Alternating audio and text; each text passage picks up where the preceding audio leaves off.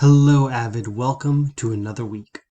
So, the plan for this week is a few videos talking about procrastination and focus and concentration from Crash Course.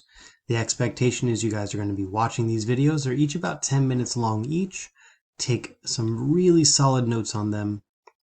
And then we have our usual note check for this week and agenda check for this week. To be clear, your note check does not have to be on either of the videos. It could be from another class, but if it's really convenient if you take the notes and then upload them for your note check.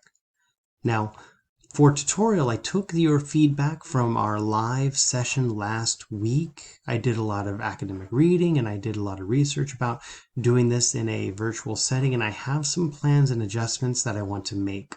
I plan on rolling that out and working with you guys on Thursday during our synchronous session, so don't worry about the tutorial until we meet as a full group. If you won't be able to join us for our synchronous session, then look on Thursday after the synchronous session, and there will be directions in the tutorial itself so that you'll be able to follow along and participate. So thank you guys. I look forward to working with you this week. Don't hesitate to reach out with any questions or concerns. And take care, everyone.